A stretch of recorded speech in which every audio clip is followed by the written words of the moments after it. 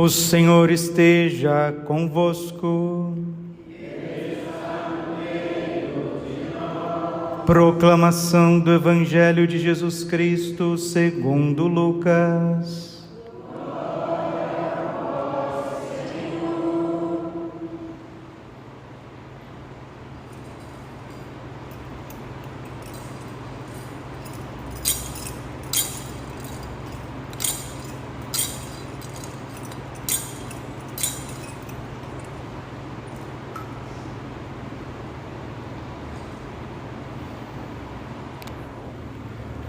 Nos dias de Herodes, rei da Judéia, vivia um sacerdote chamado Zacarias, do grupo de Abia.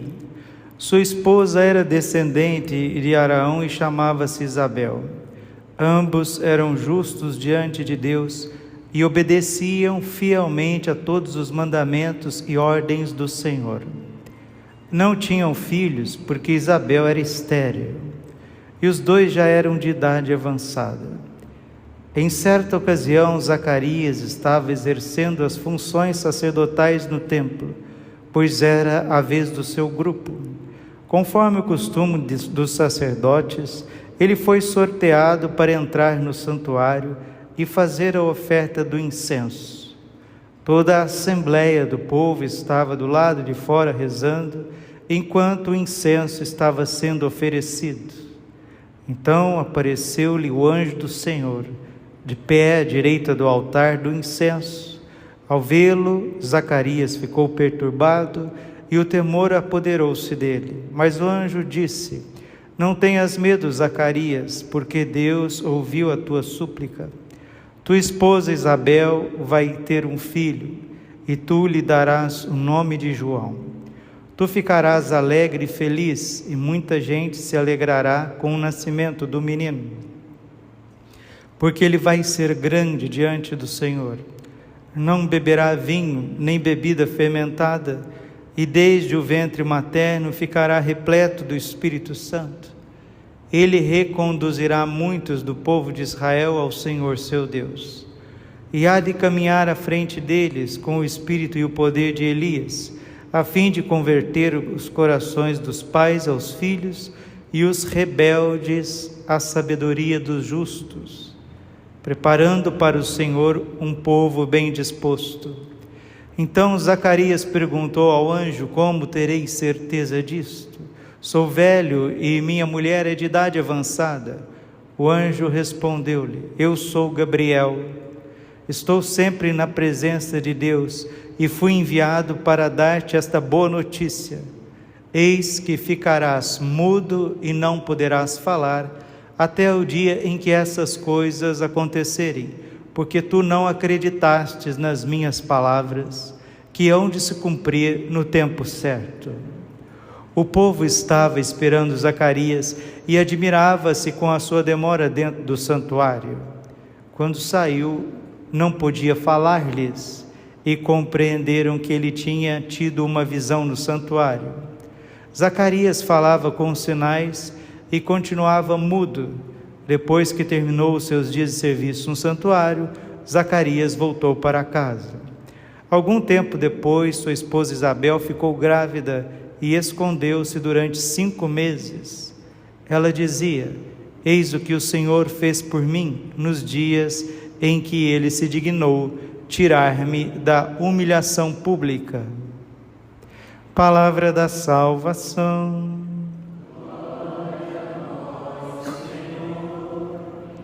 Ave Maria, cheia de graça, o Senhor é convosco.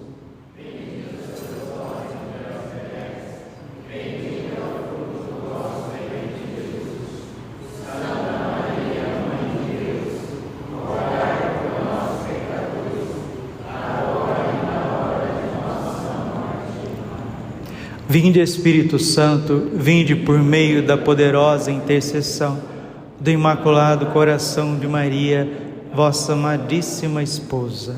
Podemos sentar um pouquinho. Jesus, manso e humilde de coração, uma riqueza, o Evangelho desta noite, algo belíssimo, que vale a pena a gente ler e reler, porque é São Lucas que está escrevendo. Ao contrário de Mateus, de Marcos e de João, São Lucas é um historiador, ele é um escritor. Padre, mas Mateus, Marcos e João também foram dotados do dom da escritura para redigir os santos evangelhos. Sim, não tenha dúvida disso, mas a graça supõe a natureza. Lucas é escritor, Lucas é um literário, Lucas sabe aonde ele quer chegar. O evangelho dele é escrito de forma sintética, no entanto, sistemática. São Lucas é o evangelho mais elaborado dos 4 evangelhos. Mateus é um grande conto dos feitos de Jesus em 5 sermões. Marcos é um resumo de tudo aquilo que Jesus fez segundo o coração de São Pedro, que é um dos mais simples dos apóstolos. João é a teologia mística por excelência, e Lucas é algo que foi pensado historicamente. Então vale a pena a gente ler o Evangelho, vale a pena a gente aprender a achar na Escritura as respostas para a nossa vida, para aquilo que nós estamos vivendo. O que é uma Lectio Divina? Lectio Divina é isso, é uma leitura das Sagradas Escrituras. E a Lectio Divina, ela é tão salutar para a transformação da alma, que o Padre Jonas Abib colocou como um dos pilares da Canção Nova, a Lectio Divina, o estudo da Bíblia. E o estudo da Bíblia, a leitura da Bíblia, por um tempinho de 30 minutos que seja, a igreja concede indulgência plenária para quem lê a Bíblia no intervalo de 30 minutos. Se você fizer uma leitura de 30 minutos da Sagrada Escritura de manhã e for à missa à noite comungar e rezar para o Papa, você ganha uma indulgência plenária. Tamanha a força das Sagradas Escrituras. Porque Hebreus capítulo 4, versículo 12 está escrito: a palavra de Deus é viva e eficaz, mais penetrante do que uma espada de 2 gumes. Ela é capaz de libertar, de curar, de restaurar, de transformar. Nada resiste à palavra de Deus. Jesus disse, Marcos 13:30, céus e terras passarão, mas as minhas palavras não passarão. A palavra de Deus permanece eternamente, diz a primeira carta de São Pedro. E Jesus, quando foi tentado, Jesus, quando foi provado no deserto, quando Satanás o visitou, ele venceu as tentações do inimigo com a palavra de Deus. Mateus capítulo 4, versículo 4. Não só de pão vive o homem, mas de toda palavra que procede da boca de Deus, do coração de Deus. E a boca de Deus é a liturgia, a boca de Deus são os sacerdotes, a boca de Deus é as Sagradas Escrituras.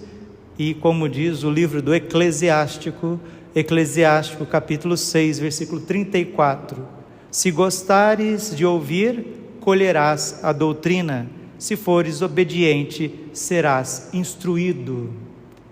E Deus quer nos instruir como Ele queria instruir Manoé, lá no Antigo Testamento, no livro dos Juízes, capítulo 13, fala do episódio de Manoé.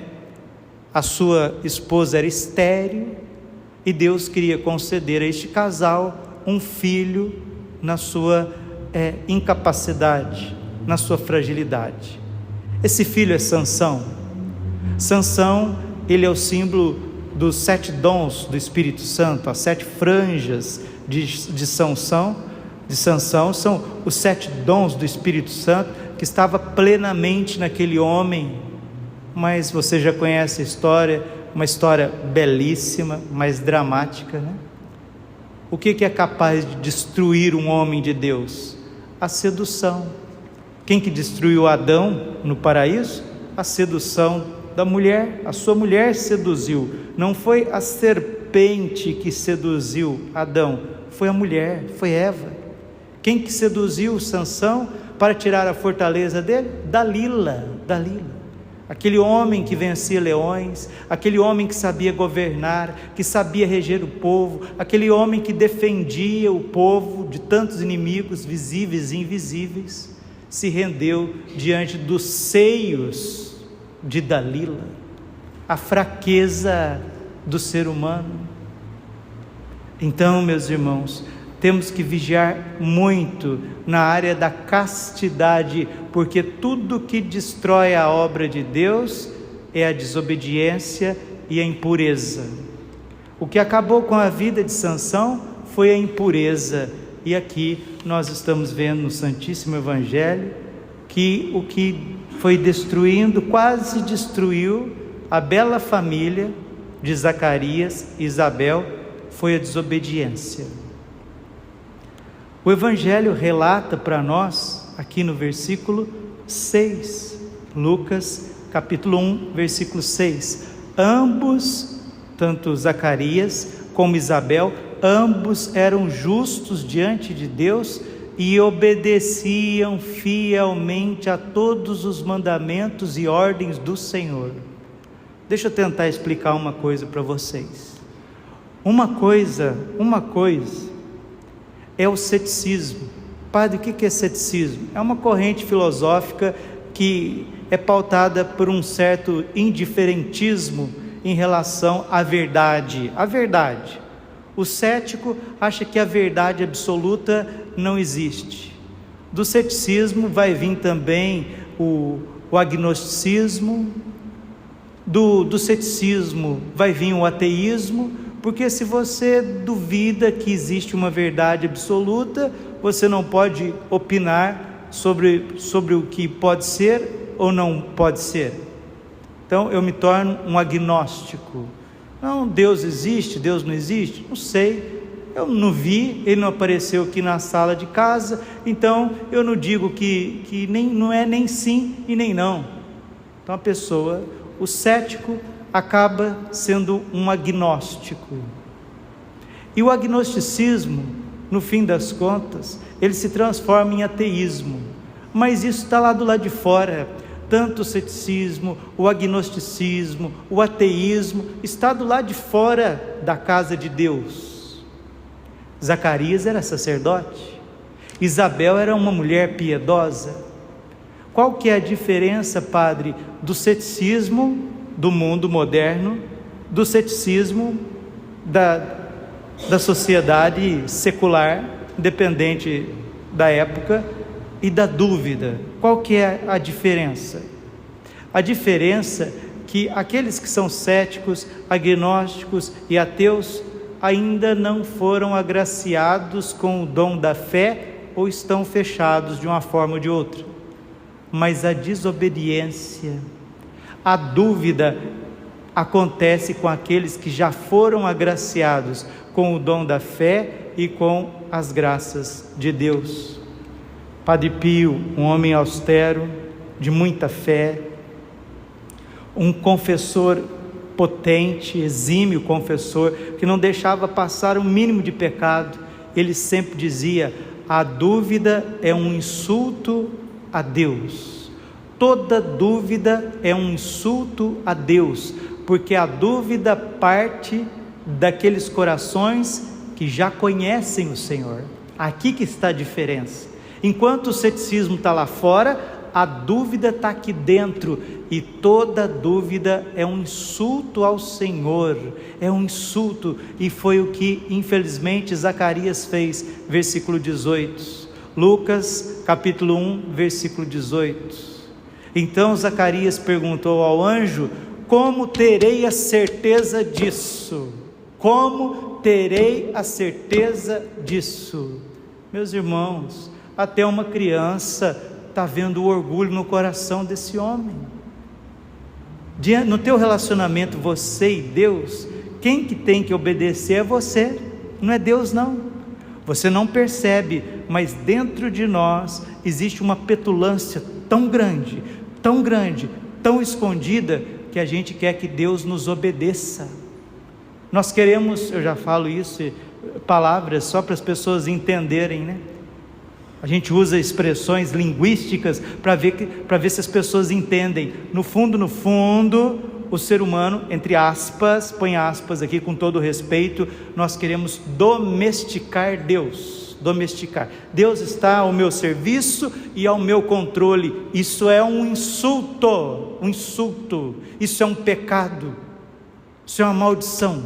Foi o que aconteceu com Zacarias. O anjo respondeu-lhe: eu sou Gabriel. Se tem um anjo que não tolera conversinha fiada, é São Gabriel, sabia? São Gabriel significa força de Deus. Se tem um anjo no céu que é forte e não tolera conversinha de gente, é São Gabriel arcanjo. Eu sou Gabriel, estou sempre na presença de Deus e fui enviado para dar-te esta boa notícia. Aquela família estava sendo agraciada, aquela família estava sendo visitada por Deus, aquela família estava sendo curada, libertada, e por causa do orgulho, e por causa da desobediência, por causa da dúvida, essa dúvida que insulta o bom Deus, porque essa dúvida parte de dentro da nossa casa, da família de Deus, da igreja, dos sacerdotes principalmente. Ele era sacerdote, e Deus, que é misericordioso, mas é justo, soube corrigir esse bom sacerdote, esse bom homem, que era temente a Deus, que observava as leis de Deus, que procurava guardar os mandamentos junto com a sua esposa.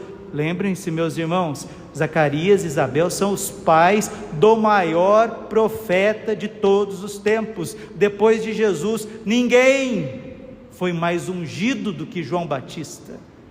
Se falaram para Nossa Senhora: bendito os seios que te amamentaram, bendito o ventre que te trouxe, os seios que te amamentaram. Elogiavam Nossa Senhora em relação à unção que estava em nosso Senhor Jesus Cristo. Podemos dizer a mesma coisa de São João Batista. Santa Isabel: bendito o ventre que te trouxe, João Batista, bendito os seios que te amamentaram, menino. Tu serás profeta do Altíssimo, ó menino, pois irás à frente do Senhor para aplainar os seus caminhos. Então era uma família boa, uma família agraciada, uma família santa, uma família servidora de Deus e do próximo. Mas Deus não tolera certas coisas da nossa parte. Ele é manso, humilde, misericordioso, compassivo, carinhoso, indulgente, paciente, mas tem certas coisas que a gente faz que é tanta petulância diante de Deus, que não fica sem os seus castigos. Grava isso no teu coração. Eu sou Gabriel, estou sempre na presença de Deus, e fui enviado para dar-te esta boa notícia, um santo evangelho, uma boa notícia, esperança, unção, graça, transformação, vida nova. Eis que ficarás mudo e não poderás falar até o dia em que estas coisas acontecerem, porque tu não acreditastes nas minhas palavras, que hão de se cumprir no tempo certo. Ceticismo está lá fora, agnosticismo está lá fora, ateísmo está lá fora, desobediência, petulância e dúvida está aqui dentro.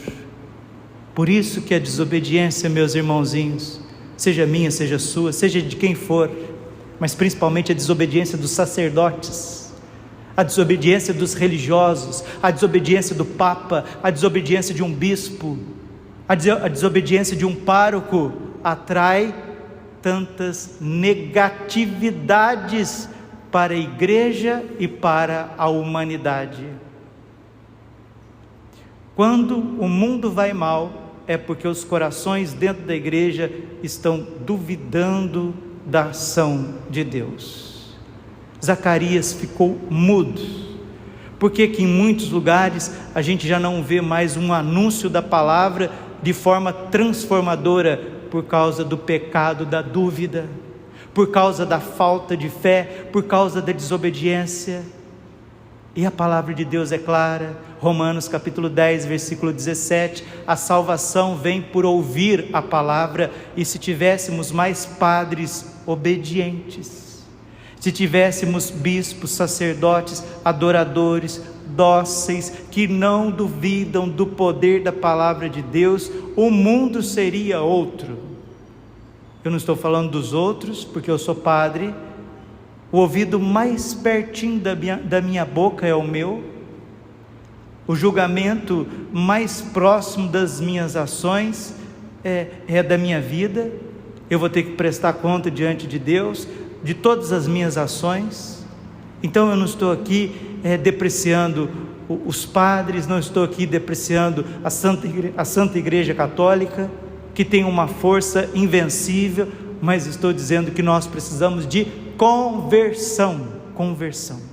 Nós precisamos de humildade diante de Deus. Humilhai-vos, pois, debaixo da poderosa mão de Deus, para que no derradeiro momento Ele vos exalte.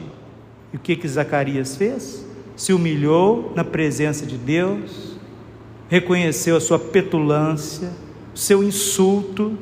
Toda dúvida é um insulto a Deus. Ele insultou Deus, e dali ele foi fazendo penitência, ficou mudo, porque quem desobedece a Deus perde a unção, perde a alegria de anunciar o Evangelho. Se você é pai, se você é mãe, e começa a duvidar de Deus, se você começa a insultar Deus no teu coração, pela tua desobediência, pelo teu orgulho, você perde a autoridade diante da tua família. E quando você obedece a Deus, quando você está na presença de Deus, quando você celebra a Santa Liturgia, você ganha essa unção, você ganha essa autoridade, Deus se faz presente na tua vida, e aquilo fecunda espiritualmente a tua mulher e os teus filhos.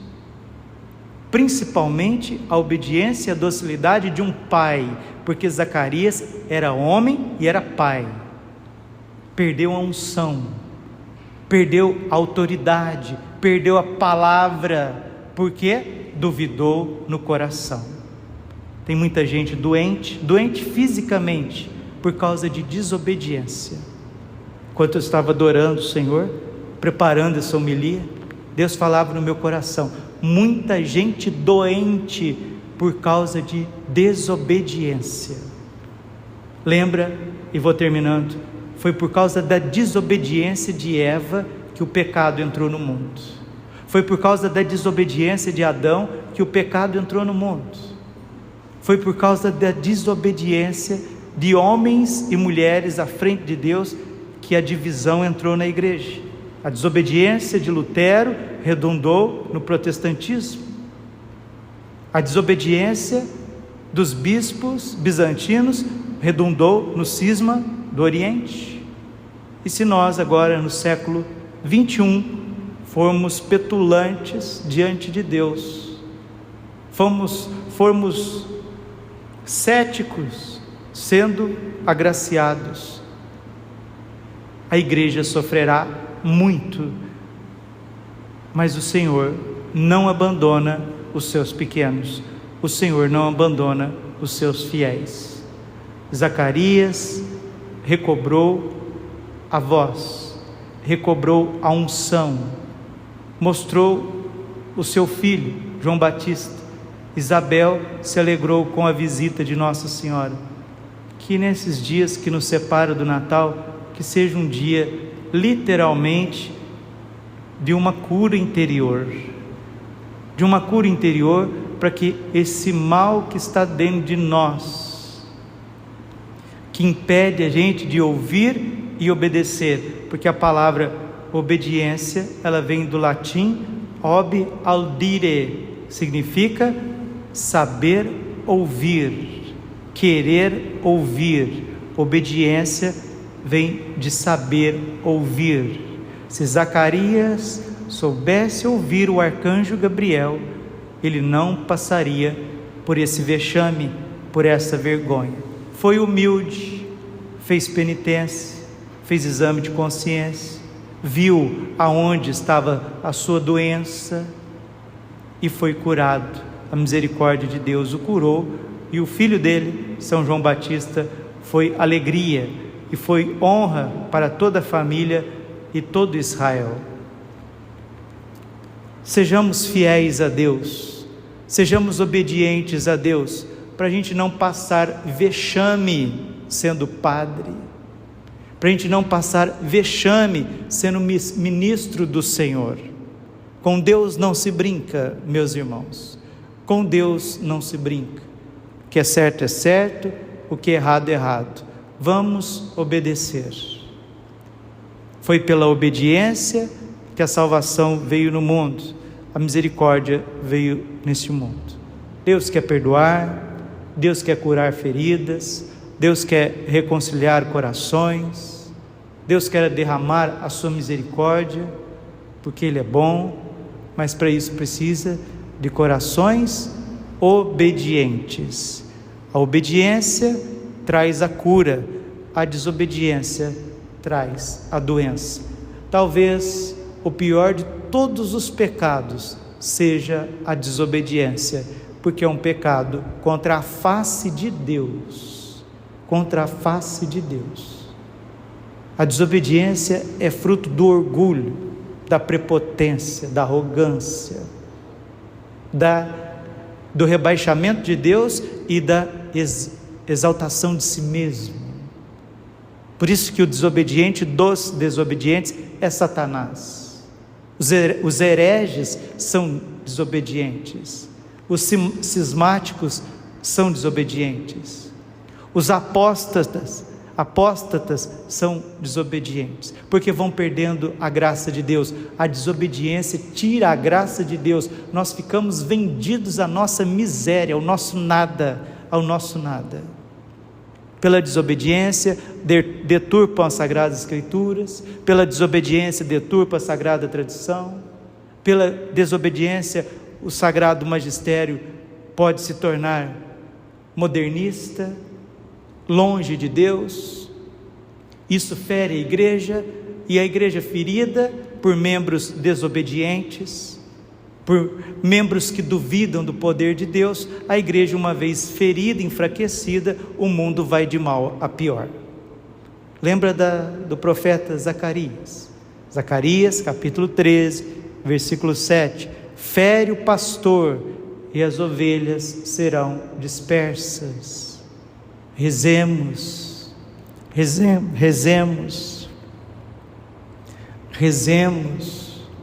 pela igreja nesses tempos muito difíceis.